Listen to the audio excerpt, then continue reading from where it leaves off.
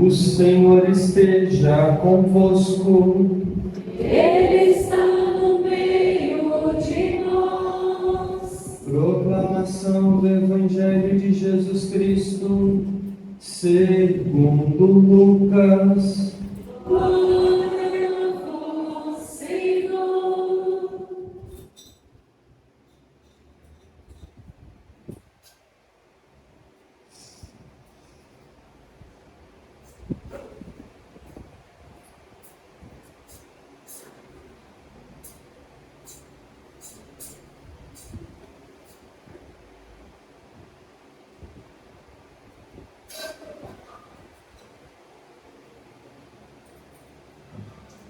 No primeiro dia da semana, bem de madrugada, as mulheres foram ao túmulo de Jesus, levando os perfumes que haviam preparado.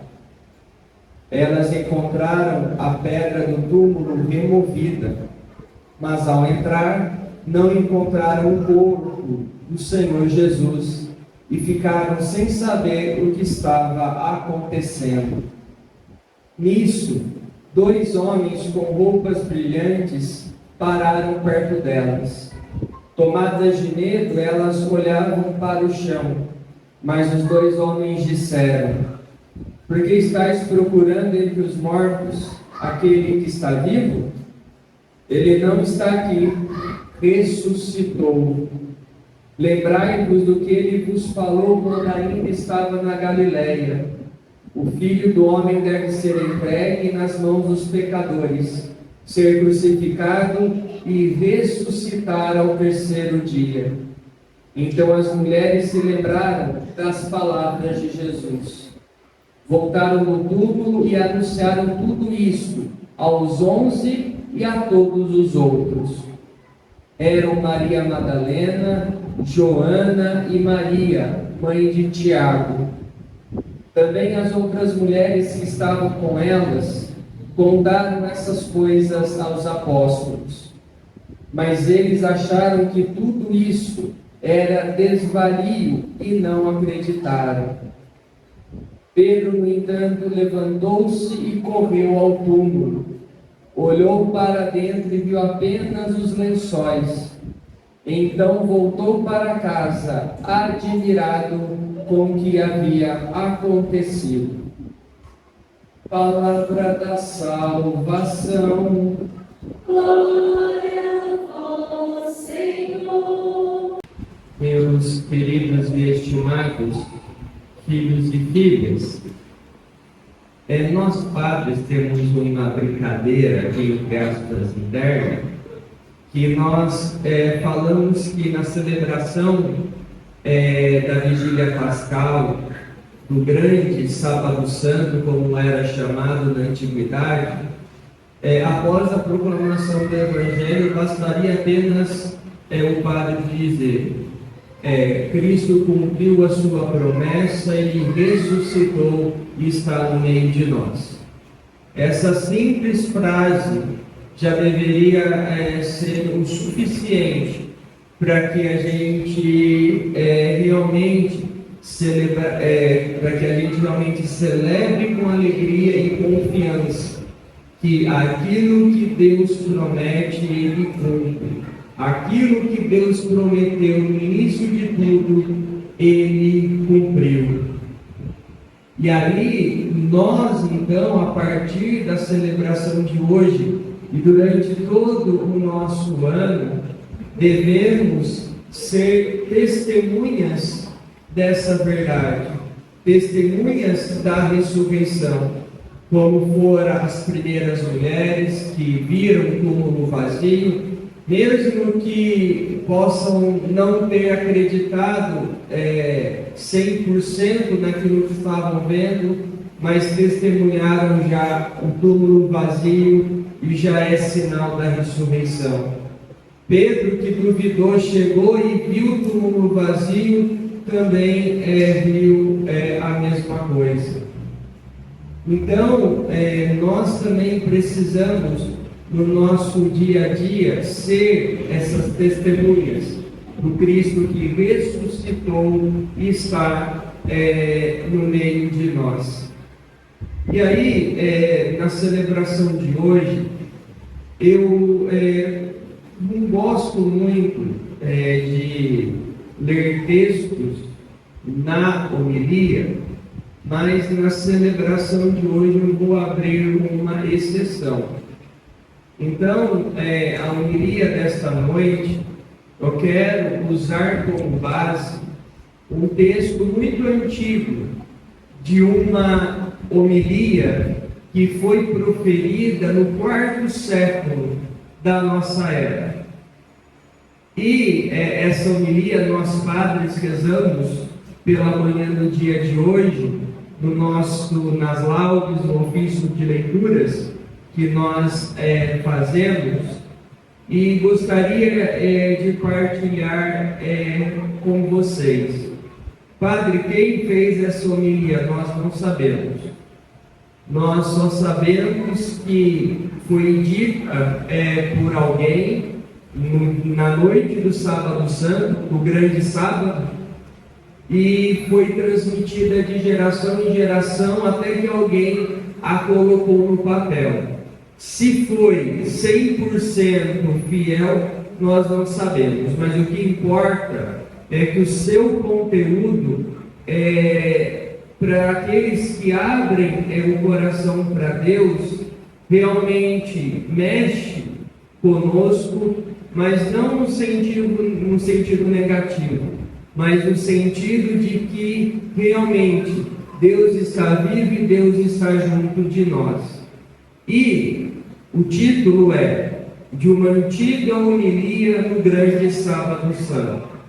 A expressão no Grande Sábado Santo era utilizada e foi utilizada por muito tempo.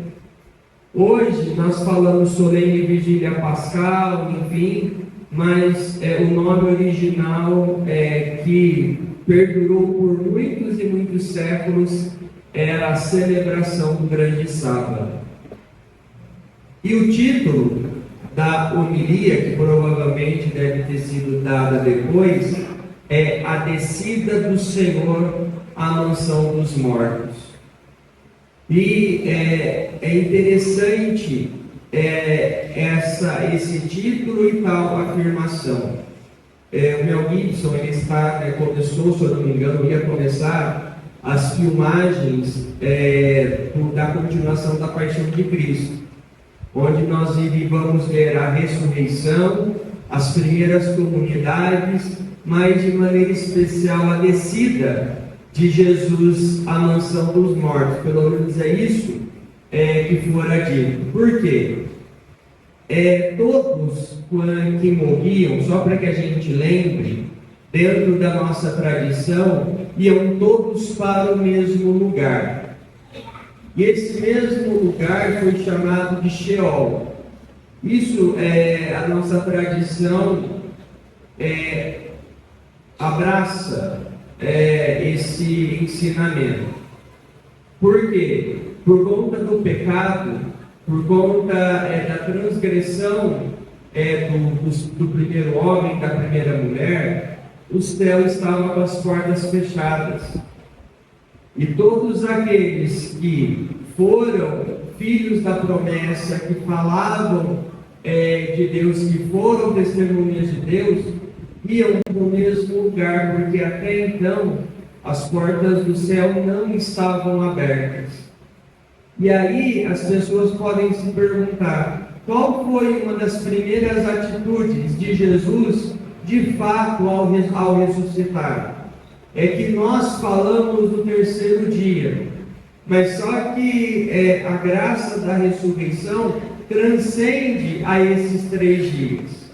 E como Jesus morreu, passou pela morte como cada um de nós, para onde ele foi? Ele foi para o lugar onde todos estavam esperando. E uma das expressões mais fortes, quando nós falamos da descida do Senhor à mansão dos mortos, nós podemos até mesmo dizer que o Senhor desceu aos infernos.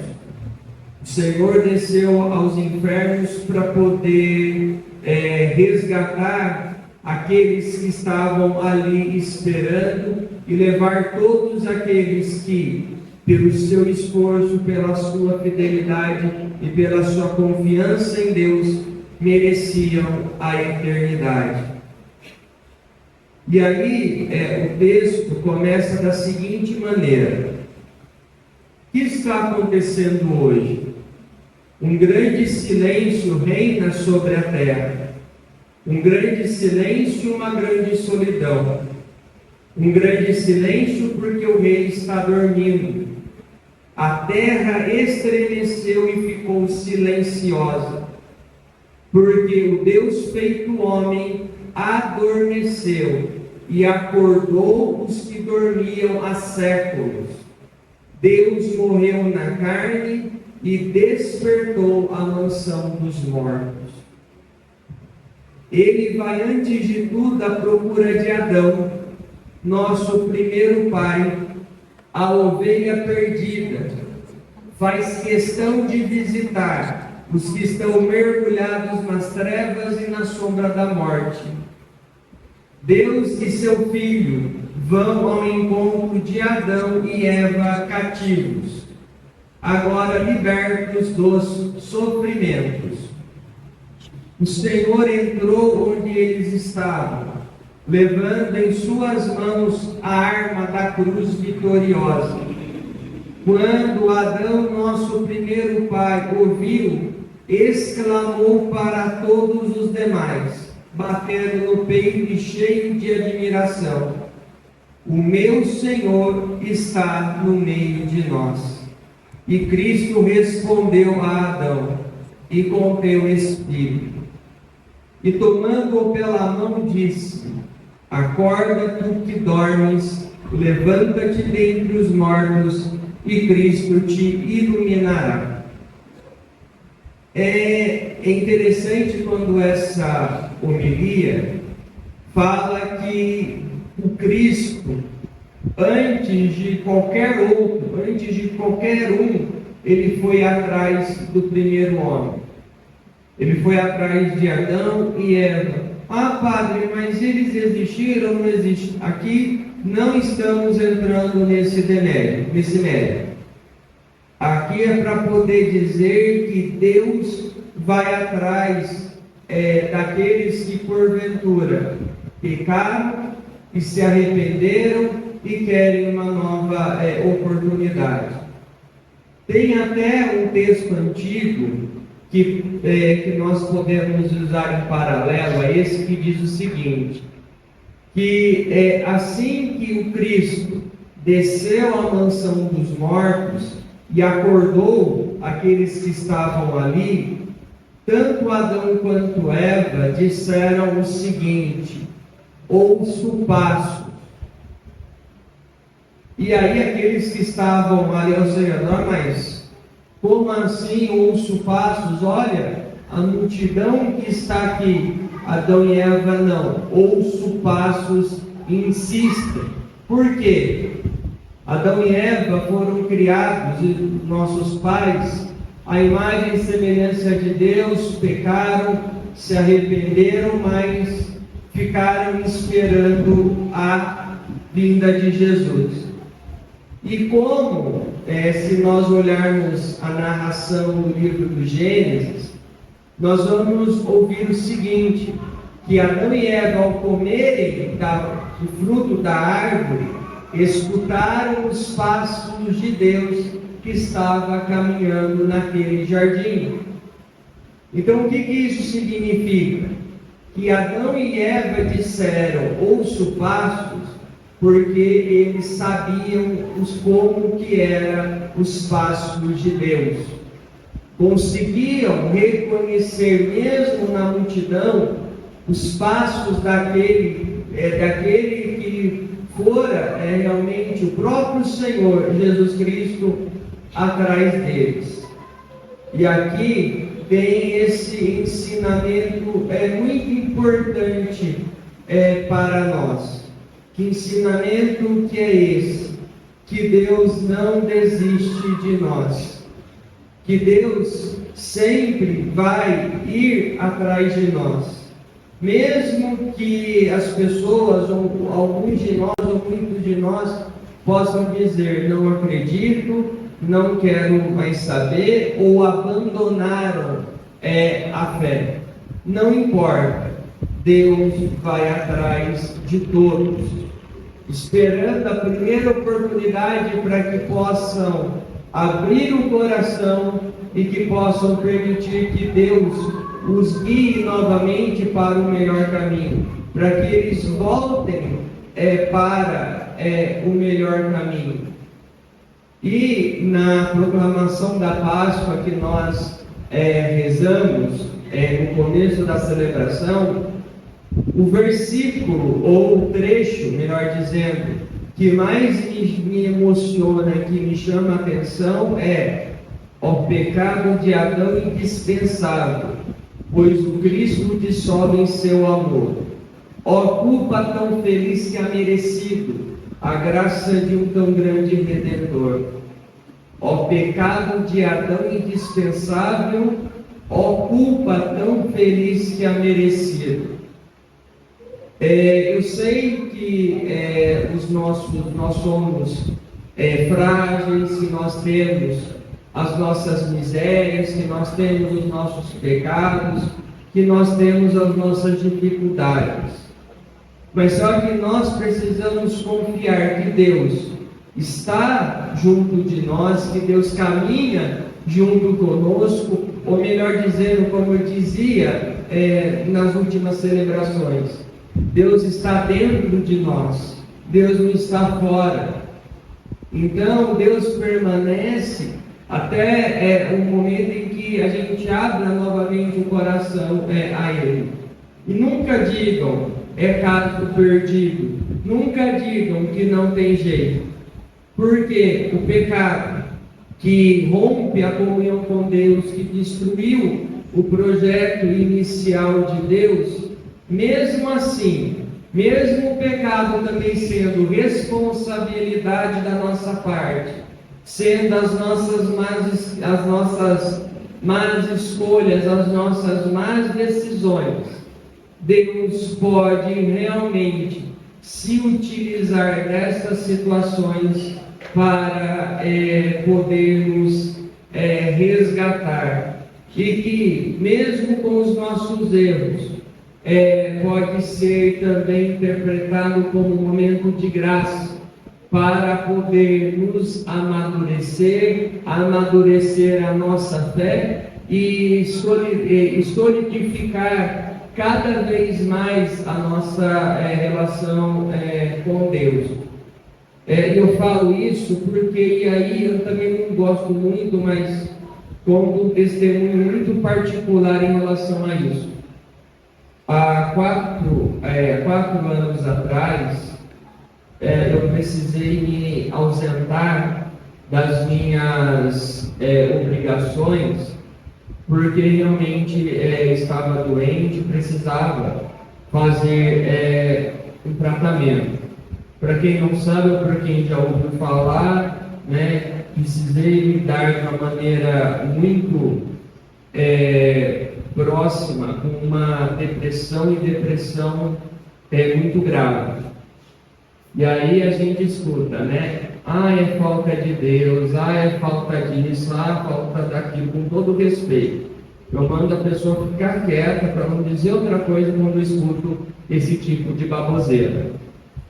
É doença e que precisa ser tratado como tal. E aí, no ano de 2021, Padre Djalma e eu, e mais uma pessoa bem próxima, fomos participar da Semana Santa na comunidade Olhar Misericordioso em Resende. E aí eu ia ficar por uns 2-3 meses naquela comunidade, porque elas acolhem padres religiosos, enfim, é o carisma daquela comunidade. Claro, quando a gente luta, a gente não quer, enfim, mas vai entendendo os propósitos de Deus. E aí foi a primeira Semana Santa, por assim dizer, que no Vale da Misericórdia, quando eu cheguei, nós estávamos em 7 padres que estavam ali nesse processo. Era depressão, eram outros problemas de saúde, enfim. E aí até mesmo em um determinado momento nós padres que estávamos ali brincávamos que o demônio não é muito criativo, porque a história se repetia igualzinha nos vários lugares, e eram padres. Eu aqui de São Paulo, padres do Rio de Janeiro, padres do sul do país, enfim, todos ali. E aí foi a primeira Semana Santa, desde quando eu me ordenei, que eu só não celebrei. O padre Djalma também comigo ali, e o padre fundador da comunidade que conduzia as celebrações naquela semana. E aí foram 2 fatos que me marcaram e que realmente na celebração do dia de hoje me fazem lembrar. O primeiro é que na missa da ceia do Senhor do Lava-Pés, eu fui um dos 12 que o padre fundador da comunidade lavou os pés, e na vigília pascal, no encerramento da vigília pascal daquele ano, quando eu rezava a Deus, pedindo a Ele para que me ajudasse, de fato, naquele momento, a passar por aquela situação, a missa já se tinha encerrado, e aí o padre fundador começou a conduzir o momento de adoração. Já tinha acabado a missa, tudo, mas ele quis conduzir uma adoração naquele momento. E aí quando ele ia dar a bênção no Santíssimo, e aí momento de festa para celebrar a Páscoa, enfim, ele vira para mim e pede: Padre, o senhor, por favor, poderia dar a bênção no Santíssimo?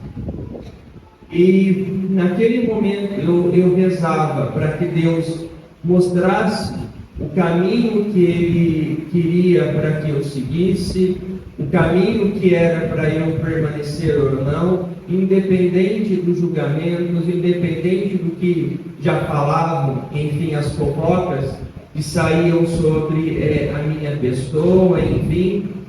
Eu rezava isso, e na hora que eu estava ajoelhado, na hora que eu abri o olho, porque o padre veio, ele pediu para me dar a bênção, e virou no meu ouvido e falou: isso é resposta da sua oração que você acabou de fazer para Deus. E aí eu coloquei os paramentos, a capa, enfim, e dei a bênção do Santíssimo naquele dia de hoje, porque a culpa que a gente possa ter, os pecados que a gente possa cometer, se nós estamos de fato arrependidos e queremos uma nova chance, queremos uma nova oportunidade, Deus dá. Deus nos pega pela mão e Deus nos conduz.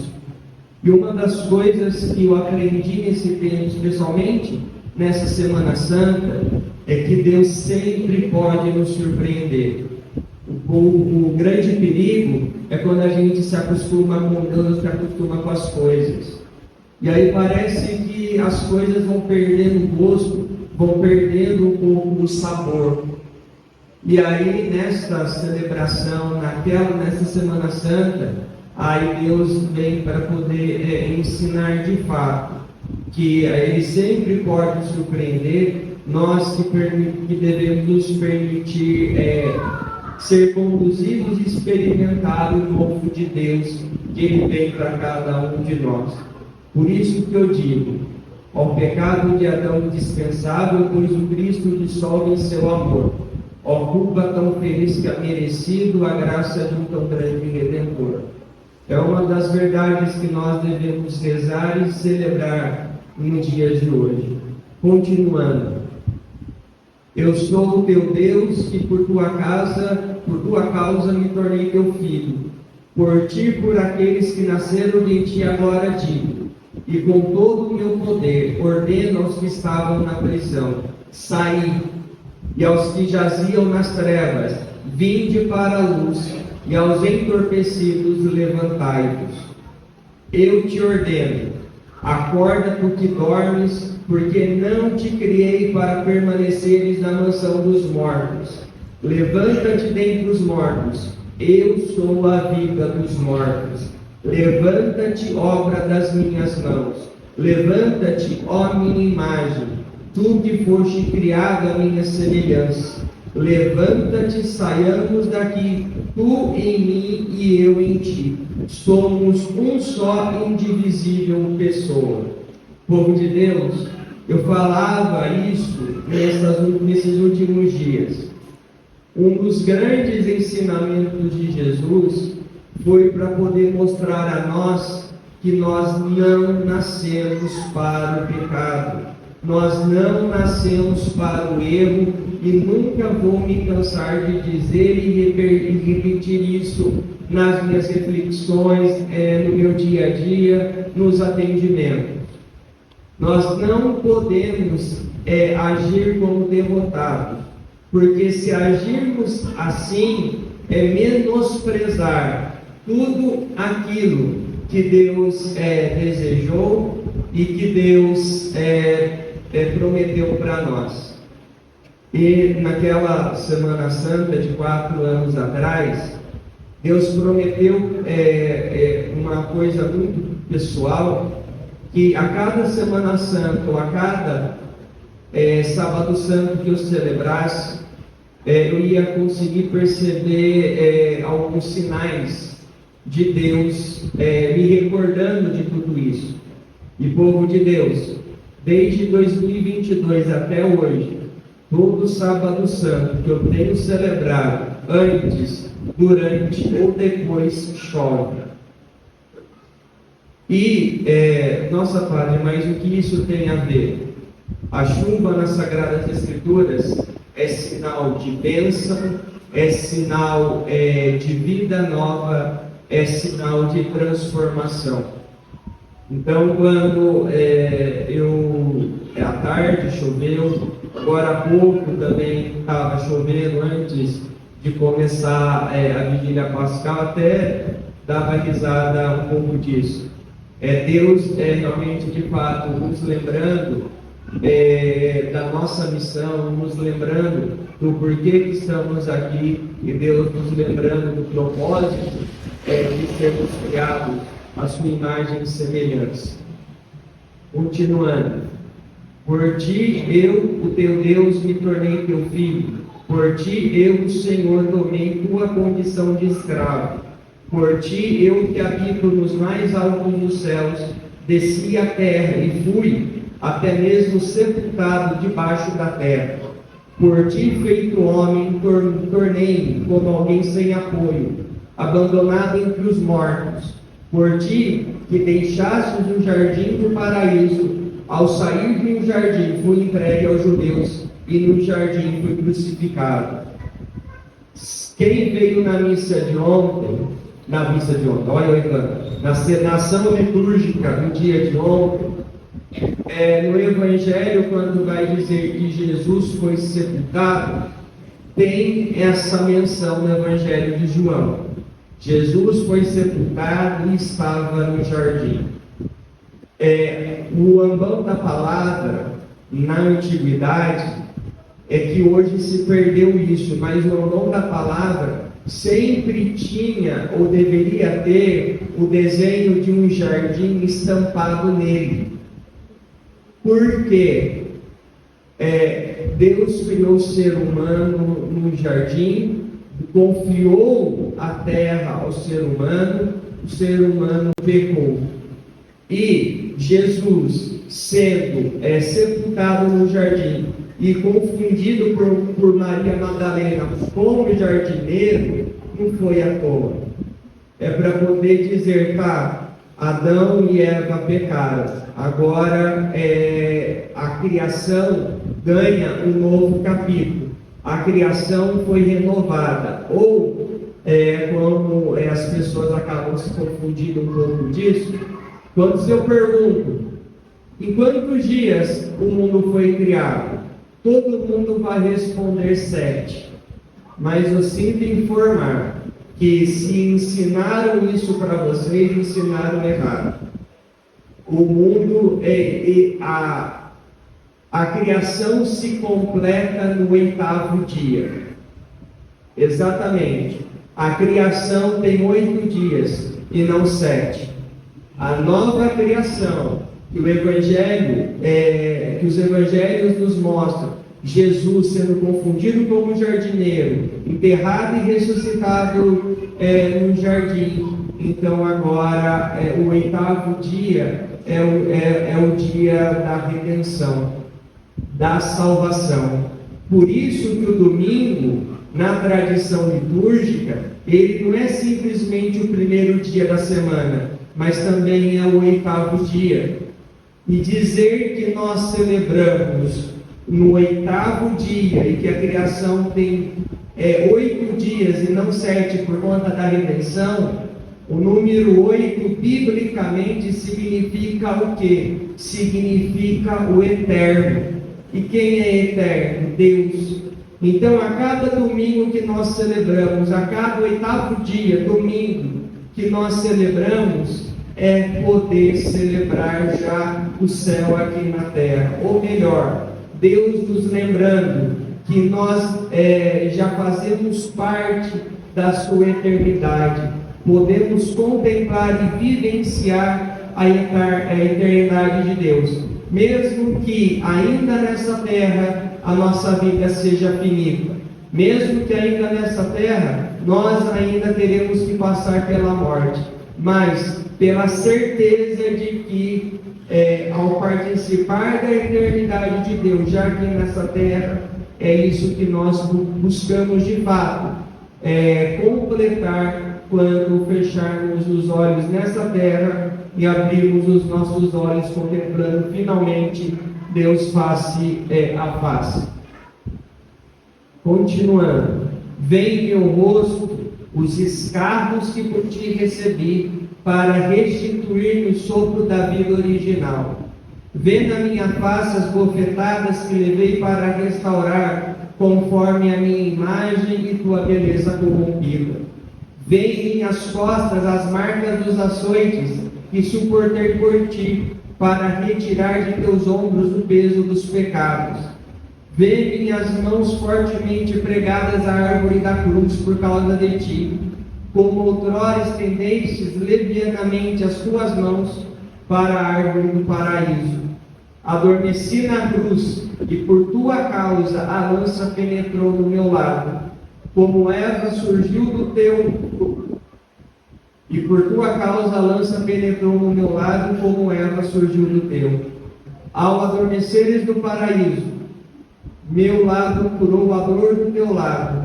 Meu sono vai arrancar-te do sono da morte. Minha lança deteve a lança que estava dirigida contra ti. Levanta-te, vamos daqui.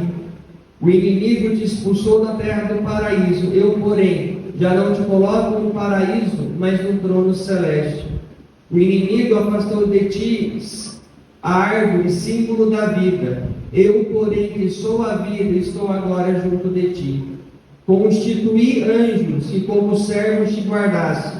Ordena agora que eles te adorem como Deus, embora não sejas Deus.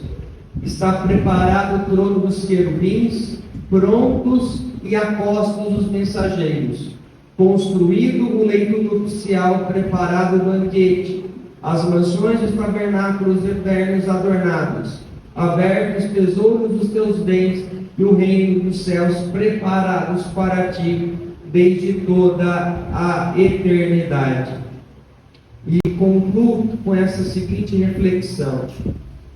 Quando eu abençoei o signo pascal, nós abençoamos pelas suas chagas.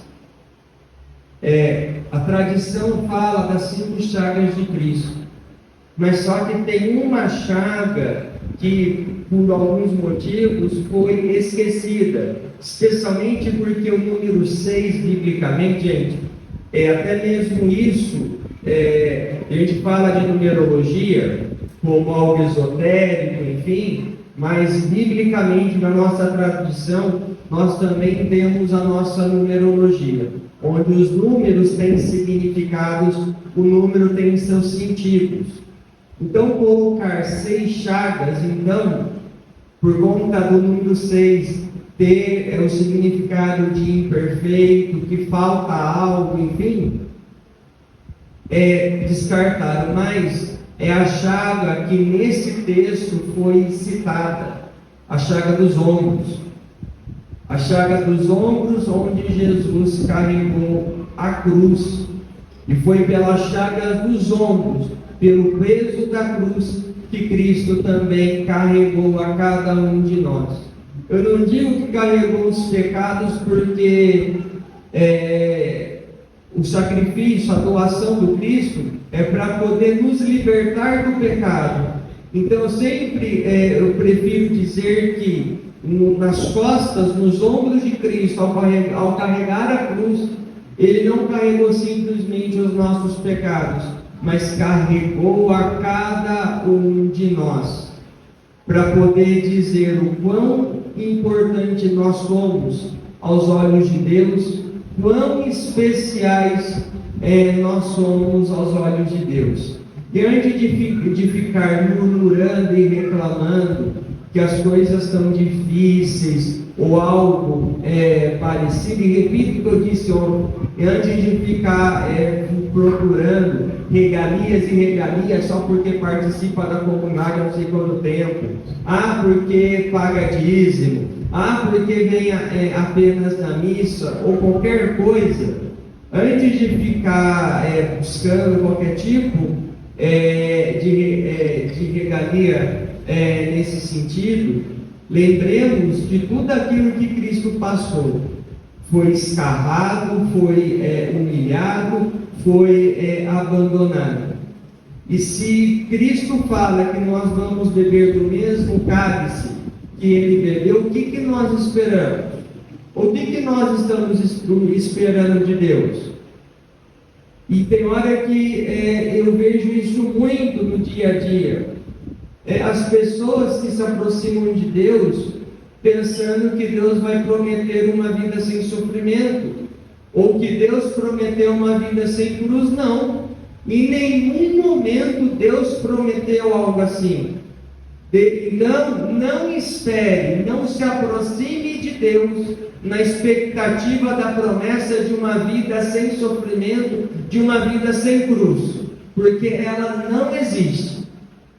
O que Deus prometeu foi que estaria conosco em todos os momentos, estaria conosco nos segurando pela mão, estaria conosco nos ajudando a voltar ou a permanecer no melhor caminho, enxugando muitas vezes as nossas lágrimas, sarando as nossas feridas e nos colocando a caminho. E que a gente nunca esqueça que, como povo de Deus, povo eleito, nós também somos responsáveis de cooperar e de ajudar na santificação do nosso semelhante. Mas fulano falou tal coisa para mim. Fulano falou de maneira ríspida. Fulano foi grosso, não sei quem me maltratou. Não sei quem me decepcionou. A pessoa tem que vir pedir para gente. Paremos com essa murmuração e com essa reclamação. Se o outro te maltratou, não pague na mesma moeda. Se o outro fez algo contra ti, não pague na mesma moeda. Se o outro fez mal a ti, não pague na mesma moeda. Porque senão nós não seremos diferentes dessas pessoas que nós criticamos. Não seremos diferentes dessas pessoas que nós esperamos alguma coisa. Então, que o exemplo parta de nós, que a atitude parta de nós como cristãos, como discípulos, a caminho e hoje, na celebração do dia de hoje, para que a gente jamais esqueça que fomos criados para a graça, que já participamos da eternidade e que somos responsáveis de viver e fazer com que o céu aconteça já aqui nessa terra. Um instante de silêncio, meditemos ainda sobre a palavra de Deus e que ela dê seus frutos na vida de cada um de nós. Louvado seja nosso Senhor Jesus Cristo. Para sempre seja louvado.